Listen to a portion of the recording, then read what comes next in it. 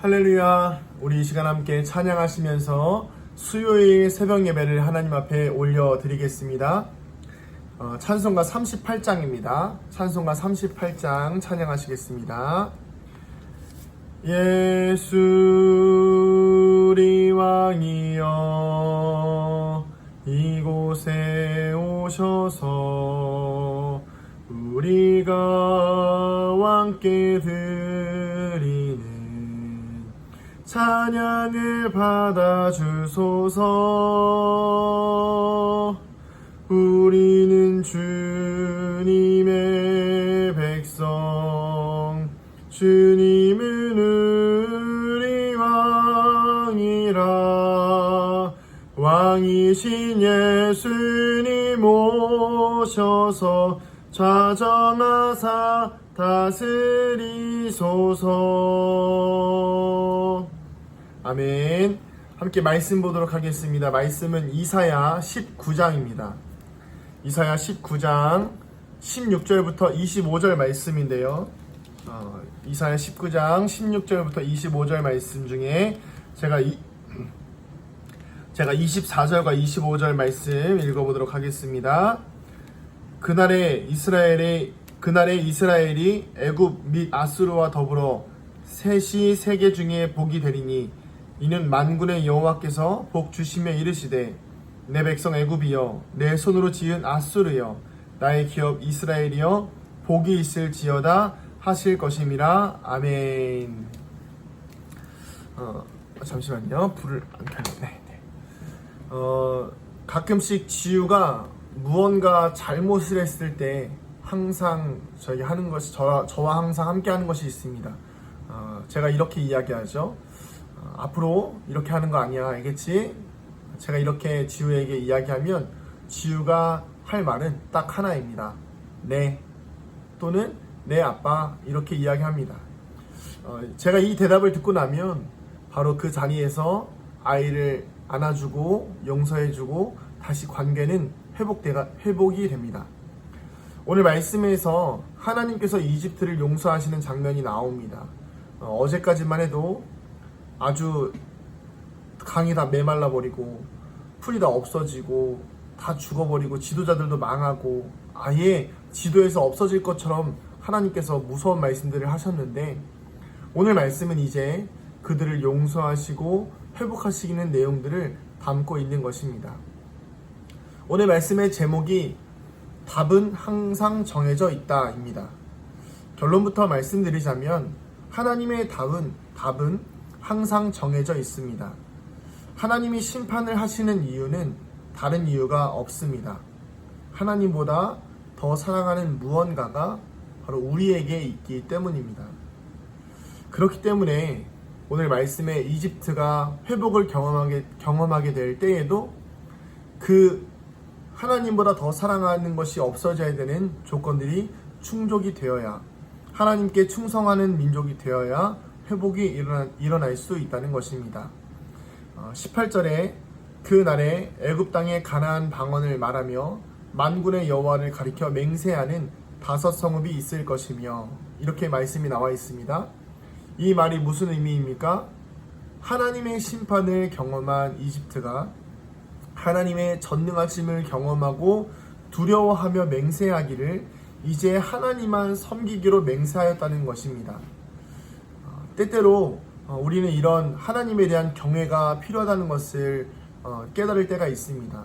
하나님을 너무 가볍게만 여기면 하나님의 전능하심과 하나님의 권능과 영광을 가볍게 여길 때가 많이 있기 때문입니다.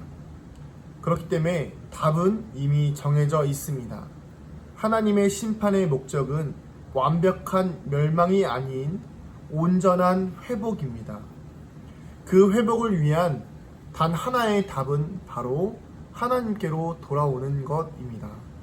그냥 돌아오는 것이 아니라 회개하고 돌이켜서 다시는 그 죄를, 다시는 그 잘못을 짓지 않는 것입니다. 이 시대를 보면 참 많이 가슴이 아플 때가 있습니다. 분명히 하나님이 살아계신 것을 알 텐데 또 하나님을 그렇게 모른 척하며 살아가는 인생들이 있습니다.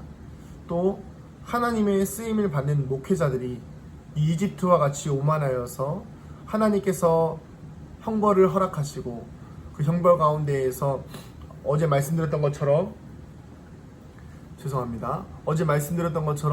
정말 술에 취한 것처럼 판단력이 흐려져서 하나님을 위한 종이 아닌 자신을 위한 하나님을 만들어 교회를 이끌어가고 그렇게 교회를 세속화시키고 있는 것들을 보게 됩니다. 우리 각자의 삶은 어떻습니까? 하나님께 순종하고 하나님의 말씀을 기뻐하는 것이 아니라 내 상황과 환경에 맞추어서 하나님이 주시는 사랑을 받고 싶을 때는 받고, 그러나 나와 맞지 않으면 하나님의 사랑을 외면해버리는 우리의 악함을 볼 때가 있습니다. 오늘 우리는 하나님께 돌아가야 합니다. 답은 이미 정해져 있습니다.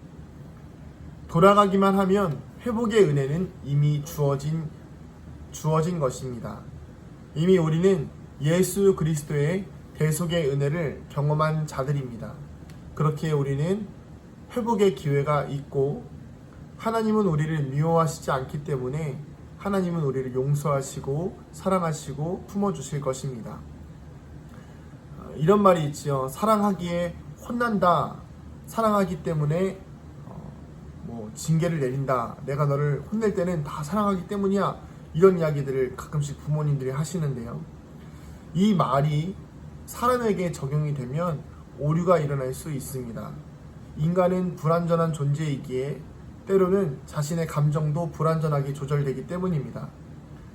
부모가 자녀들을 때릴 때는 정말 사랑하기 때문에 혼낼 때도 있겠지만 때로는 자신의 분노와 감정이 조절이 안 되어 혼낼 때가 있기 때문이죠. 그러나 하나님은 완벽하신 분이고 완전하신 분이시기 때문에 우리를 향한 심판이 하나님의 사랑이 될 수 있습니다. 오늘 우리가 해야 될 기도의 내용은 분명히 정해져 있습니다. 이렇게 기도해야 합니다. 하나님, 우리를 용서하여 주시고 다시 주님의 자녀로 회복의 은혜를 경험하게 하여 주시옵소서. 아멘. 오늘도 하나님께 돌아가서 회개하고 돌이켜서 회복의 은혜를 경험하여 다시는 이집트와 같은 상황을 겪지 아니하는 회복의 은혜, 하나님의 이스라엘 백성 되어지는 거룩한 믿음의 성도님들 되시기를 간절히 소망합니다. 기도하겠습니다. 하나님, 우리의 답은 항상 정해져 있습니다. 하나님을 사랑하고 이웃을 사랑하는 것입니다.